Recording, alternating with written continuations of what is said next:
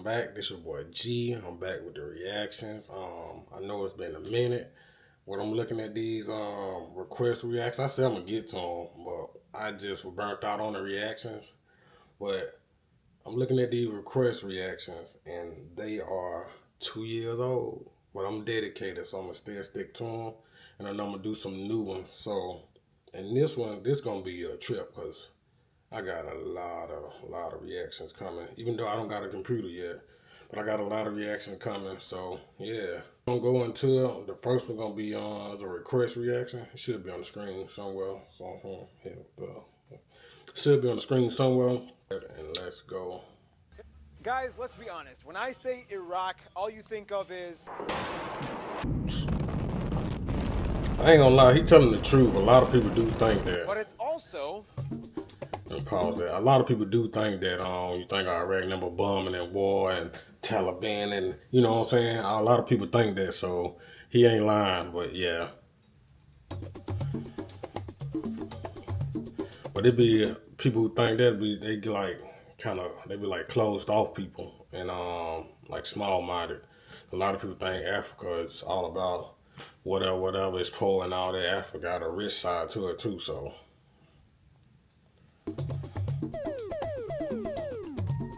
So, where do we go from there? Let's find out. It's time to learn geography. Now! Hey everybody, I'm your host Barbie. We live in a generation that has almost never known a time in which Iraq wasn't synonymous with war. But the funny thing is, it was like the Dubai of the 60s. Tourists were flocking in, people had mansions, it was crazy. So what happened? I was just about to say, what did happen? Where Iraq is. Moving on. I really like that. What did happen? One thing that makes Iraq such a pivotal player in geopolitical strife is its incredibly blessed yet cursed location. Let's explain. Iraq is located in the Middle East, bordered by 6 other countries, and don't forget they have a very, very small narrow coast on the Persian Gulf with their southernmost port Qasr on the Khawar al-Zubair waterway, which by the way, they used to have... Man, that sounds like a tone for what he just said.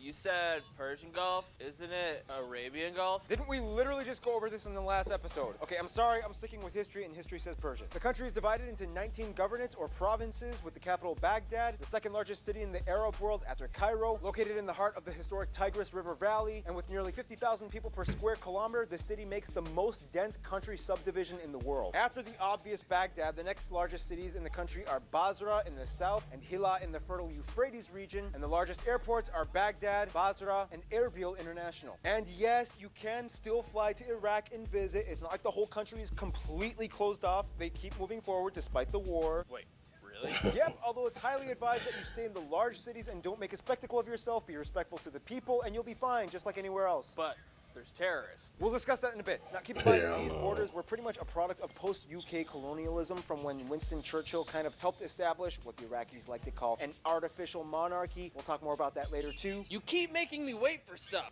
I know, just hold on. Now here's where things get a little confusing. Taking the governorates out of the picture, there's kind of technically another way you could split up the regions of Iraq based off of prevalent people groups. After war times, ethno-linguistic and religious people groups started to kind of segregate themselves into 3 distinct areas. The south, which is where the majority of the Shias live, the middle, which is where most of the minority Sunnis live, and the north, where most of the Kurds live, amongst other groups like Assyrians, Yazidis, Lurs, and so on. Now here's the strange part. These 3 governorates in the north, Erbil, Dohuk, and Sulaimania, make up the region of Iraqi Kurdistan, which is an incredibly autonomous zone from the rest of the country, where the majority of Kurds live. They have their own government, prime minister, and quasi-army, which means the Iraqi army has no access to this area. If you don't know anything about the Kurds, basically they are one of the largest minority groups in the Middle East, but we'll talk about that another time. Let's move on. Now let's just get it over with and cover what you're I'm learning new stuff. I ain't know none of this. Even though I'm not from over there. Specifically in the West. Still good to know. As of 2017, numerous international travel boards have advised strongly against travel in the red zone, which is located more or less over here, where most of the conflict between ISIS, there you go, and various other groups are found. Keep in mind, this information is applicable to the time this video was uploaded, so I don't know what the future holds or if this video will be outdated soon. It looks like tension and conflict are dying down, but for now, we can't be completely sure. Otherwise, some top notable sites in Iraq might include places like Eridu and Uruk, 2 of the oldest cities in the world, Ur, the home of Abraham and the Sumerian ziggurat, the Al-Shahid monument, the Tree of Knowledge, the Mudif houses of the Marsh Arabs, the ruins of former Babylon in Hilla, Alexander the Great's tomb, Ctesiphon, the ancient capital of Persia, Lalesh, which is like the holiest site to the Yazidis, Nineveh, the ancient capital of the Assyrian Empire, the Al-Najaf cemetery, the largest in the world, Baghdad Zoo. Yes, they have a zoo. Everything over there look like it, Shopping like districts of it Al-Mansur and rarely Al-Qarada, rain Museum over of the there. I Unknown don't Soldier, know. the Abbasid Mosque of Samarra, the Iraqi You National know, Museum, and well, I ain't you gonna can say get that. access Like to it the look, 65-page Quran written entirely out of like the it don't get no Muslim type of saying, tropical that was weather, interesting well, to rain, me. yeah, It's a no sad type of truth, tropical but the weather fact is, over there at Iraq is all. probably the most beautifully historic region on the planet with the worst of circumstances. Baghdad was the epicenter of science and mathematics for a period of time. They were rich, they were glorious, they were on fire. But then the 20th century came along and hit them like a sack of bricks. And a lot of it had to do with what Iraq had hidden underneath its sands, which brings us to...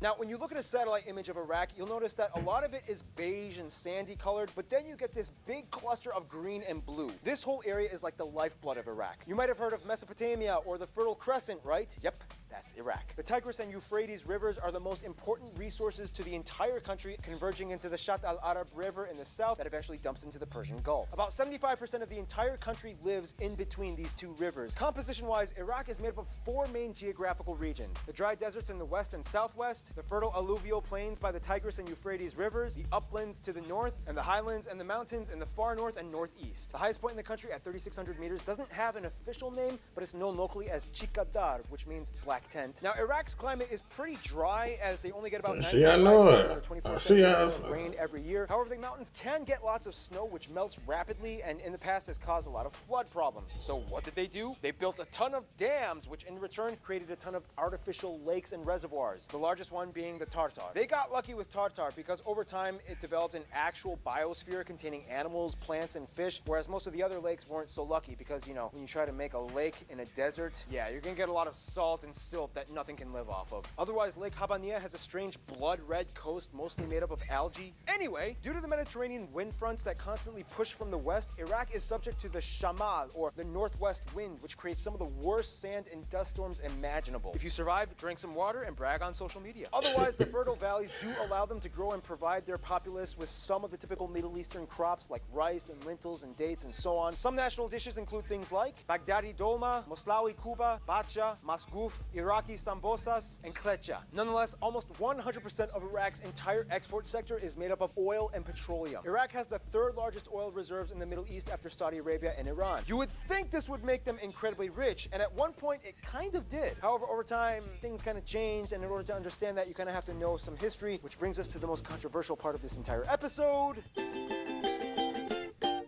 At this point, Iraqis have heard it all. War, Saddam, Al-Qaeda, ISIS, they get it. And we will get to that. I'm not going to sugarcoat this episode and avoid the drama, but I also want you to learn that Iraq has a completely unnoticed, vibrant culture and heritage that still thrives despite all the chaos. First of all, Iraq has a population of about 38 million and is home to the oldest recorded civilizations on Earth. About 75% of the country is made up of Arabs, about 15% are Kurds, and the remainder is made up of numerous smaller people groups like Assyrians, Turkmenis, and Yazidis, and Shabaks.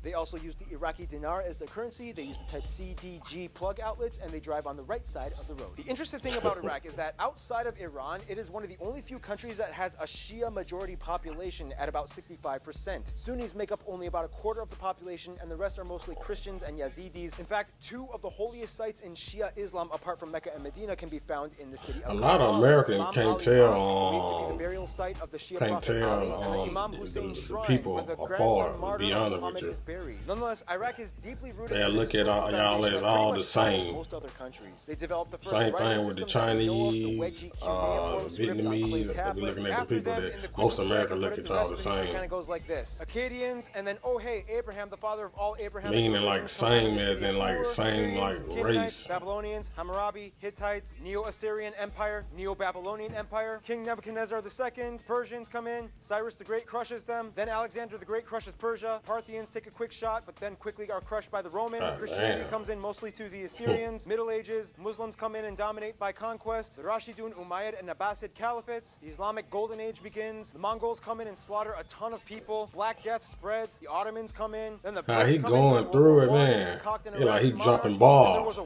war, a coup, July Revolution by the Ba'athist Party, more coup d'etats. Saddam Hussein comes into power in 1979. Backed up by the US and Russia, he fights against Iran after the Islamic Revolution. He then attacks his own people and then tries to invade and attack Kuwait. The US cuts ties and attacks Saddam after the war sanctions were put on them. Then in 2003, the US and allies come in under the pretext of weapons of mass destruction programs violation under UN Resolution 687. Turns out there were no weapons of mass destruction, but they take out Saddam anyway. Then the weird years happen in which they're kind of like, yay, let's take down the statue of Saddam and celebrate, but oh crap. Hey, that's a dumb story. Eventually, Real? the US I withdraws in don't know. 2011 under Obama, I've but been then skeptical about Al-Qaeda that, man. It breaks just- off and creates a new I don't group that know, pretty much man. hates everyone called ISIL, later ISIS. They attack and occupy various cities across the two countries. They get pretty big in 2015 and 16, but soon later they realize they have literally no diplomatic ties or outside relations, which are kind of key in conflict. After getting attacked from every side, from every nation around them, and the Western world, they start to deteriorate, and that's kind of where we are today. Whew!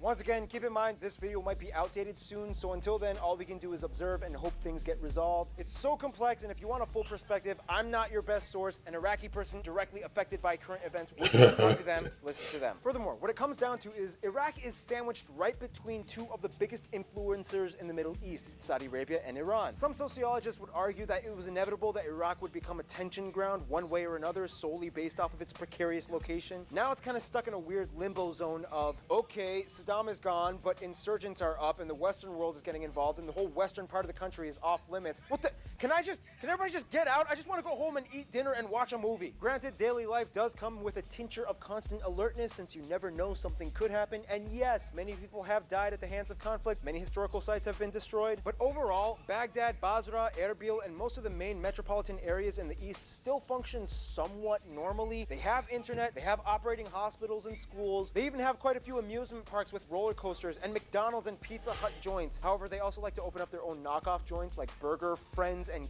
KFCK. Iraqis have gone through a lot, but even then, they still know how to laugh and have fun. Like mentioned before, there are quite a few different people groups in Iraq. Sound like We mentioned another the Kurds, group I which, know. by the way, Kurdish is an official language in addition to Arabic. But there's also the Assyrians, who Group of claim to people, be that descended is. from the ancient Assyrians, who make up the largest Christian population as Jesus' apostles came in and preached the gospel to the area in the 1st century. They have their own writing system and traditions. There used to be a bunch of ancient Assyrian artifacts and sites until ISIS destroyed them in Mosul. Then you also have the Yazidis, who are kind of related to the Kurds, but they have their own secretive religion and customs as well. Handicrafts, rugs, and tea culture is huge. They love dancing whenever there's a break from all the drama. Some notable people from Iraq or of Iraqi descent might include people like Hammurabi, Abraham, Sargon of Akkad, Nebuchadnezzar II, Ashur Nasir Pal, Salah al-Din al-Ayubi, Saddam Hussein, although they might not be too proud of that, Khatem al-Saher, Mohammed Ghani Hikmat, the most accomplished female architect in the world, Zaha Hadid, Amo Baba, Leila al-Attar, Seta Hagopian, Maruf al-Rusafi. So that should give you a little insight on the people of Iraq. And boy, have they made a name for themselves on the international stage. Let's see how that works out for them.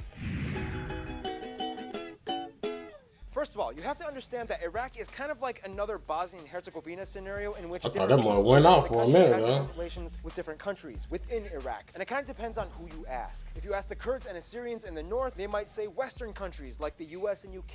They even have a representative office in London. And the Assyrians love Armenia. They might also say that other regions that have high Kurdish populations like East Turkey and Western Iran might be friends, but not collectively Turkey and Iran as nations altogether. If you ask the Shias, they might say kind of Iran, even though there was a war back in the 80s, but it was more of like a Saddam thing. And they're both Shia, they both moved on, plus you know the pilgrimage in Karbala. If you ask the Sunnis, it's tricky. They've had some issues with Jordan and Saudi Arabia in the past, however, they really seem to like Egyptian and Yemeni people, but not their governments. Plus, they kind of support Turkey, which pisses off the Kurds. Now, every Iraqi person I've talked to has said that one country would most likely be their best friend, Syria. But again, the Syrian people, not the government. One thing that binds these two is that not only in modern times do they both hate struggling with conflict against radical Islamic terrorists, but historically, they've been linked for millennia. Diplomacy has been existent between these two through all variants of their countries throughout history, even before the rise of the caliphates, Persian, Babylonian, Assyrian empires. Syrians are seen as like their own people that they love and hold hands with in the midst of the storm. In conclusion, Iraq is home to so much of the beginning that is being crushed by the present, but is still alive and crawling into the future. Stay tuned.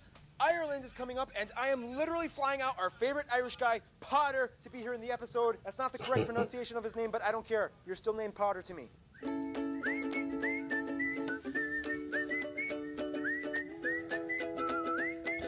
that's the end of that.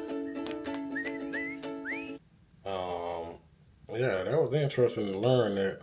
But you know, like I said in the beginning of the video, all Americans think like it just straight bombing, doom, doom, doom, doom. Yeah, and I know, me personally, I know it ain't like that. You gotta have a bigger thinking cap than just thinking a country is just strictly the bombs and bad dad, and you know what I'm saying. But yeah, if you like the reaction, like the video.